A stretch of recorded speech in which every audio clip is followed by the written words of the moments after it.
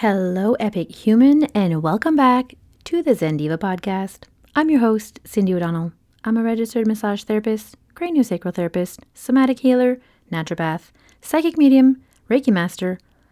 Okay, yeah, I do a lot of things. But really, at the end of the day, I am a woman who genuinely believes that healing and spirituality is supposed to be simple, it's supposed to feel good, and I'm bold enough to say that it's supposed to be fun. Not like homework, not a punishment, not just something else to add to your already very full plate. Just good fun. So if you're new here, hi, I love you already, and pull up a chair, make yourself at home. And if you've been here for a while, well, welcome back. I've missed you. No, really, how long has it been? Okay, so today is a super special episode for me.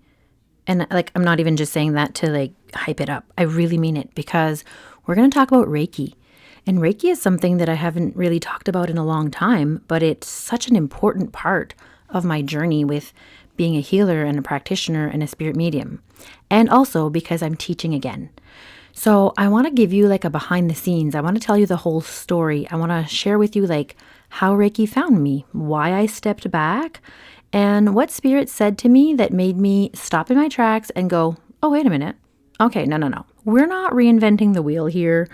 I'm not going to create my own proprietary blend of energy healing. No. We're going to go back to basics, and we're going to go back to what really matters. And for me, that's Reiki.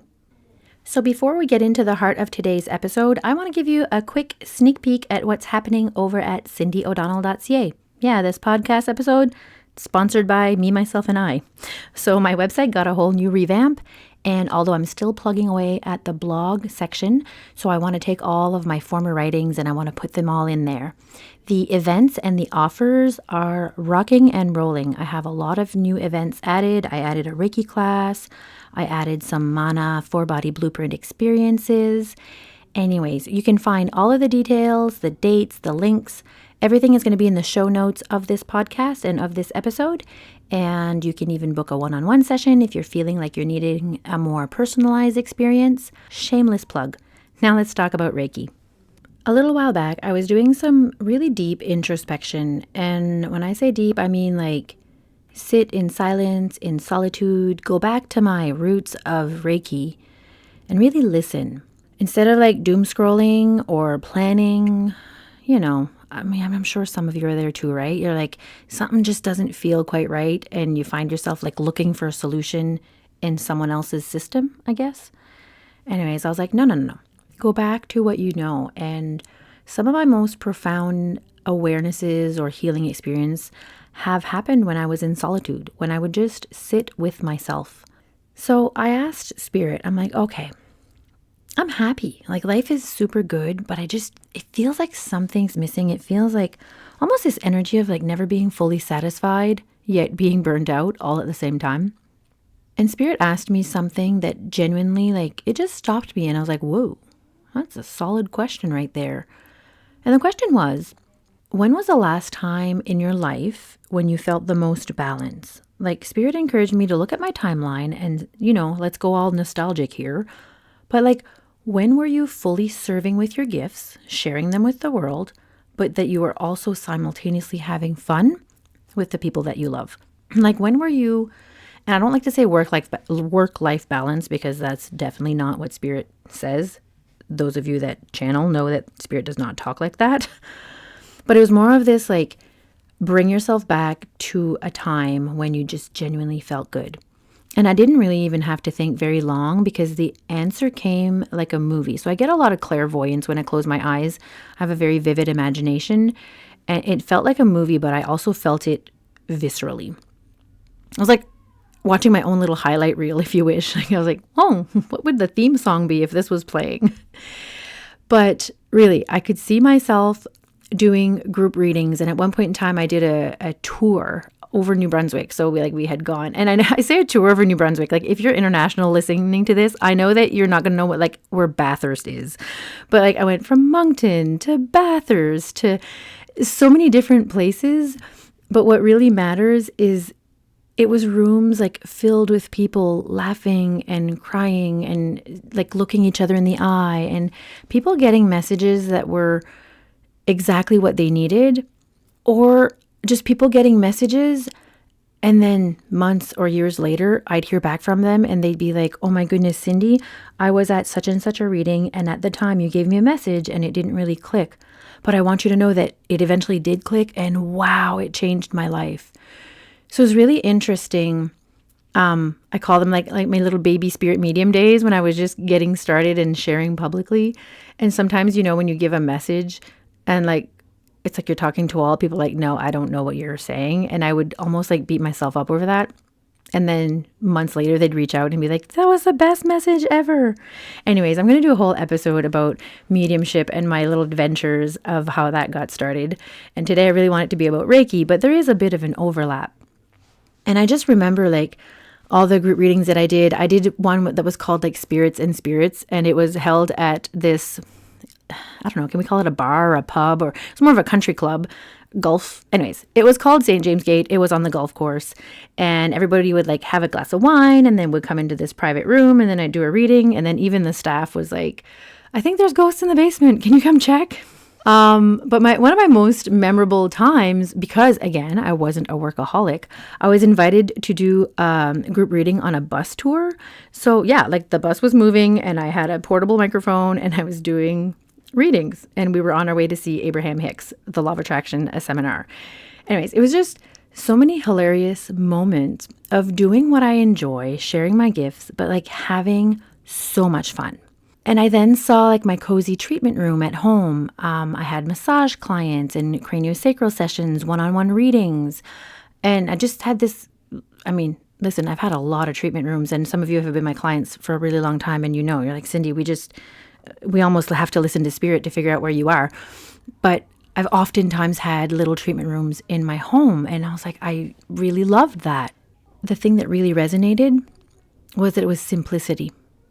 I was fully booked, and it was word of mouth only. Back in that day, like algorithms were barely a thing, or at least nobody was really making me feel guilty about algorithms, or like everybody wasn't preaching like, "You have to do this, you have to show up this way."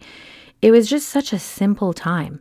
I didn't even have there was no messenger, none of that. Like you had your little Vistaprint business cards, and then people gave your card around and you would just book in your little paper planner. But what I'm getting at is, as these images flashed and as I got myself back into that part of the timeline, what really stood out is that I was teaching Reiki classes. I was hosting little groups and teaching level 1 all the way to level Master Teacher. And Reiki is if I can say, the thread that was weaving through all of that to everything I did.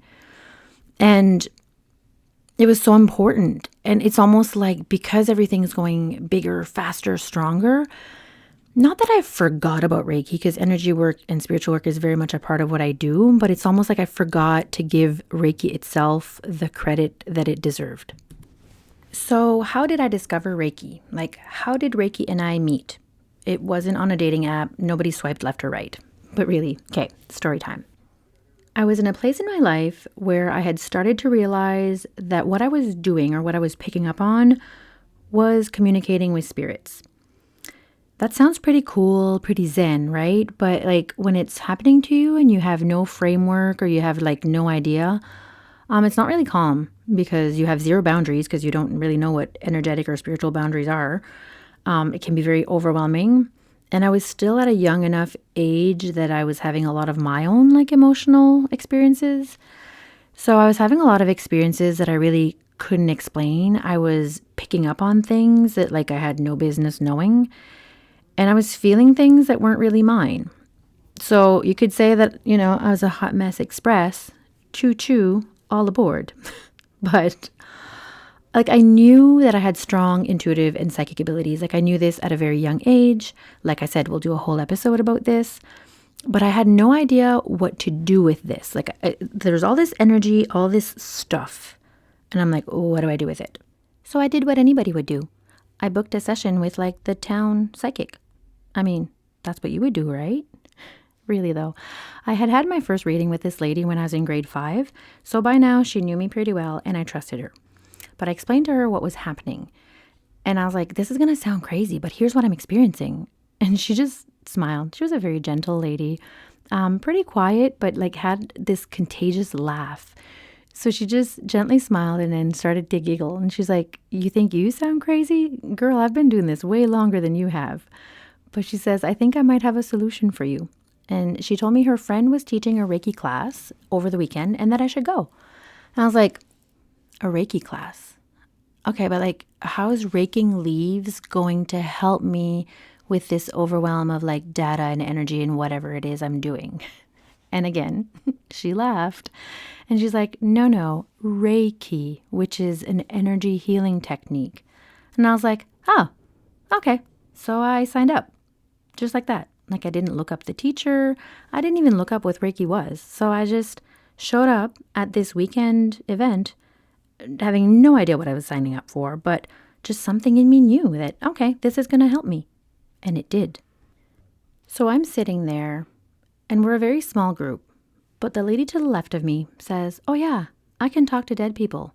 I'm like, And then the lady to the other side of me was like, oh, so when I sleep, I actually leave my body and I astral travel. Oh, I'm not sure I've come to the right place, but something tells me I need to be here. So here we are. But as the lady started teaching and she started to give a framework to this energy that was moving through me. And then I was like, oh, we have this thing called chakras, like energy centers. And oh, we can feel energy. And oh, we can create boundaries. There was all these things like these, again, this framework that started to help me make it make sense. And although we all had unique gifts in that room that day or that weekend, like all of the gifts were still at the root of them all. It was still very spiritual and energy based. And it didn't have to be overwhelming. So I was like, I can work with this. This really helps. So then me being the me that I am, I didn't stop with just one teacher. You see, I don't say that I dance on the intersection of spirit and science just for nothing. Like, I am a skeptic, and then it's like, okay, if more than one person experiences this, if there's more than one story, I like to collect data. So I went back and I did all of my levels 1 through Master Teacher, not once, not twice, but with 3 different Master Teachers. But what I really wanted to understand, because I believe curiosity is a superpower. Like I wanted to understand how different lineages of Reiki shared it, or how different master teachers shared their own stories, their own perspective. Like at the foundation of it all, it is Reiki, but then there's also like your experience with it and how you apply it to everyday life. And all of that to me really matters because it's like we're all very different humans and we all have very different gifts. So I really wanted to play with that, and I did. And then I went on to teaching Reiki, and I taught levels 1 through Master Teacher for quite a few years. And then unfortunately life started lifing, and the Reiki classes kind of moved to the back burner. Not because I stopped loving it, but just because I stopped making space for it because there were so many other moving pieces. And much like anything else, sometimes going back to basics is really where the real magic is. And I'm so glad Spirit reminded me of how great I felt when I was teaching Reiki. And it's so good to include it in my offers again. So if you're still here, but you still don't know what Reiki is, and you're like, are we still raking leaves? What are we doing? Let me just explain it to you in simple terms. But of course, you can always Google it, or you can take your level 1 and learn all about it. Reiki is a Japanese healing technique that was developed in the early 20th century by a gentleman named Mikao Usui. And the word itself breaks down in 2 parts. Rei, meaning universal or spiritually guided, and Ki, meaning life force energy. So you've got universally guided life force energy. That's it. That's the whole thing. So Reiki is energy work. Now, in my work, I use the Mana 4-body blueprint to hold this energy. And you've heard me talk about the 4 bodies. Physical, mental, emotional, and energy/spirit body. Reiki works primarily through the energy body. This is what I call your inner wisdom. but it is also the energy that holds everything that all three bodies haven't been able to fully process. Reiki is something that can be really hard to describe, but it is really profound to experience. What I have found is Reiki and Reiki energy is a pathway to move things. And this, I believe, includes like your fascia and your muscles and connective tissue and all of these things that are in your physical body. I really believe that it can help. Now, science is catching up to this, by the way, because there's research in biofield science, there's the polyvagal theory, there's trauma-informed somatic work. All of these things at the end, if you look at the root, they all point to the same thing, and that is that the body holds energy, and our energy has an impact on our physical, mental, and emotional health. So if you ask me, I actually think Reiki is not woo-woo. It's just way ahead of the curriculum. So how does one learn to do Reiki? And before we talk about the levels, I want to be really, really, really clear about something before I do, because this is so important. The levels are not a ranking system.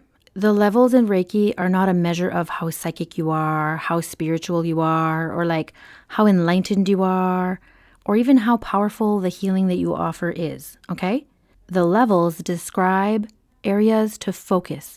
That's it, that's all. Because we are all equally powerful, divine beings, capable of helping people heal, capable of holding space, capable of receiving messages from spirit. The only thing that makes a difference is how much we practice. I know people that call themselves Reiki Masters that don't even practice every day, when I know other people who have a Reiki level 1 that have a dedicated practice every day, and they are really powerful. So power doesn't come from a level, power comes from practice. And power isn't even like you having this superpower that is healing people. Power is your ability to hold space as a neutral therapist for people's healing to happen. And now as I step off my soapbox, level 1. Level 1 is all about you. Level 1 is very self-healing. You are learning to come home to your own body, to your energy field. You're learning how to sense and work with your own energy. This is the foundation, and honestly, some people take the level 1 and they stay here their whole lives because they just want to experience it for their own everyday healing, everyday life. So in the level 1, you receive your attunement and everything that you need in order to practice Reiki on yourself, on plants, and on animals. The Reiki level 2 is where we open this work to others and we introduce distant Reiki healing. So you're going to receive your symbols, you're going to receive the protocol on how to give someone else a treatment. Your practice deepens because now you have a lot of self-awareness, you've played with Reiki energy a lot, and because you've done a lot of self-healing and a lot of self-work, you are more able to hold neutral healing space for others. So here's where you might want to start offering Reiki to like friends and family, just to really practice what it feels like to play with energy and to feel other people's energy fields. The level 3, or what I call advanced Reiki level, is a retreat experience, and this is all about integration. So you're entering silence and solitude, and this allows you to go even deeper into your own experience, into your own healing, and into this thing that we call mindfulness. I know mindfulness is a word that's used a lot, but you get to really immerse yourself in the world that you're in when you are in silence and solitude. So the advanced level isn't really about adding more tools. It's really about creating space for the ones you already have and integrating them on a deeper level. And I mean, it's also not uncommon for you to befriend a squirrel or a butterfly or some sort of weird forest creature. And the last level is your Master Teacher. And this is for those of you who are called to teach Reiki or to use it as a significant part of your profession.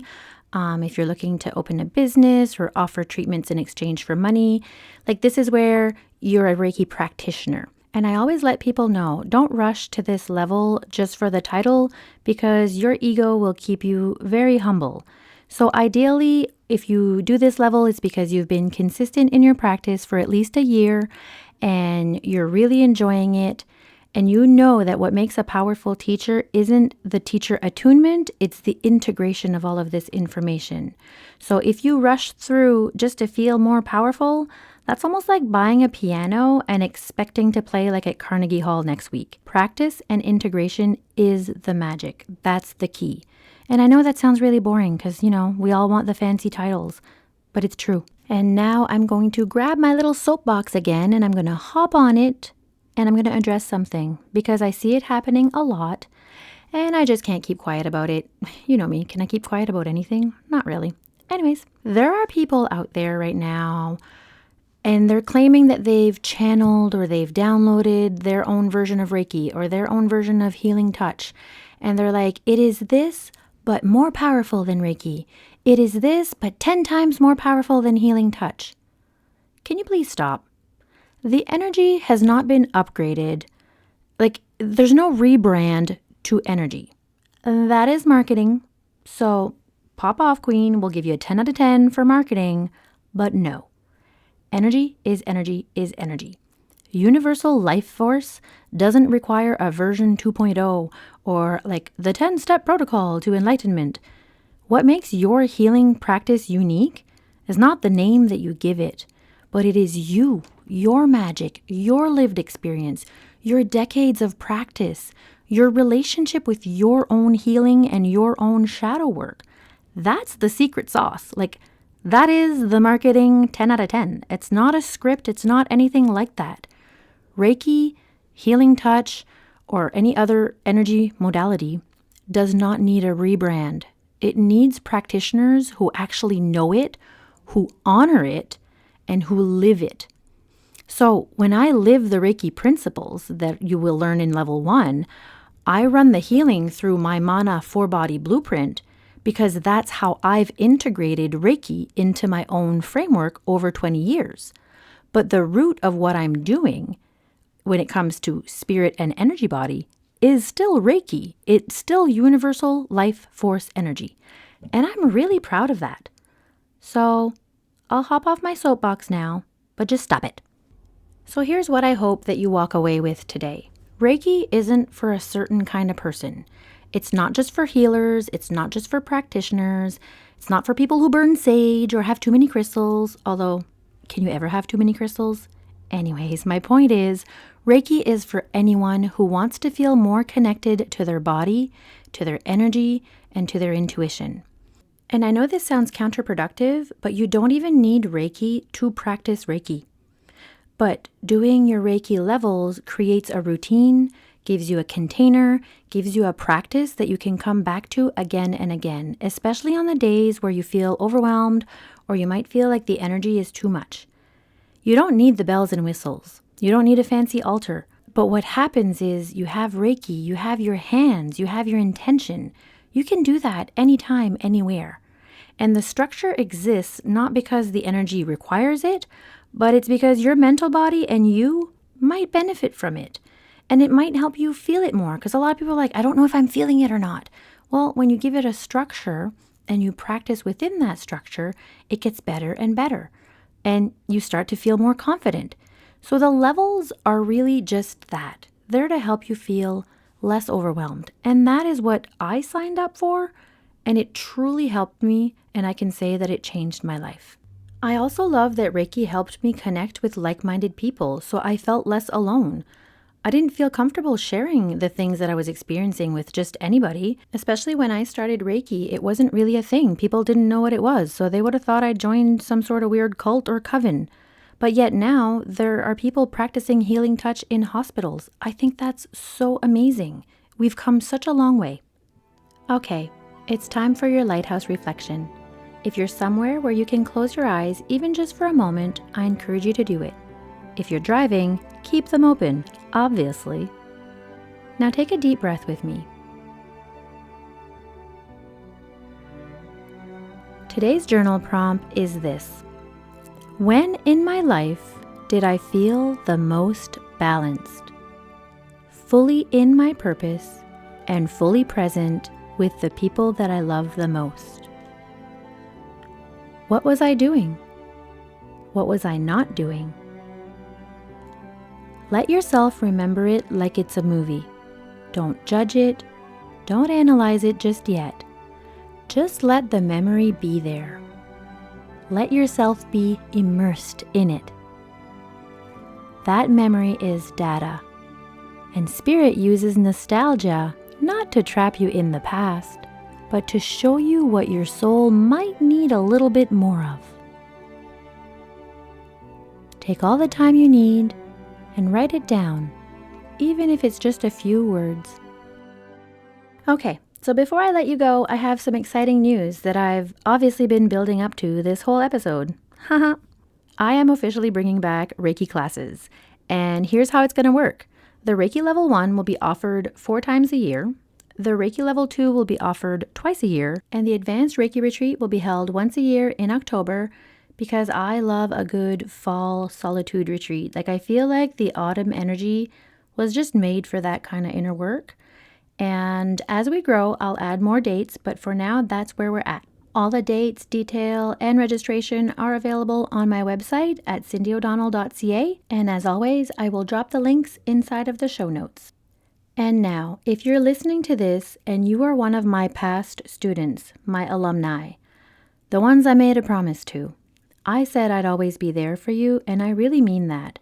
So if you've already done your levels with me and you want to come back, either to reignite your practice, to experience what I've been up to get a fresh reminder, or just to remember why you fell in love with this work in the first place, message me directly because I do have a discount code for you for the Reiki Level 1 if you desire to relive it. That's not a marketing tactic. It's just me keeping my word to you. I said I'd always be there, and I'm still here. So, whether you're brand new to energy work, or you're just curious, or maybe you have an attunement and all your stuff has been gathering dust on a shelf. Maybe you're someone who really wants to amplify your intuition or who needs the right tools in your healing toolkit. I promise you, there's a class for you. And this is me going back to my roots, and I think that maybe some of you also needed to hear that. Maybe that's where you need to go too. Thank you for spending your time with me today, and this episode genuinely just came from my heart. And I hope that it landed in yours. I hope that you feel seen and heard and loved. So until next time, keep it simple, keep it sacred, and for the love of all things good, keep it fun.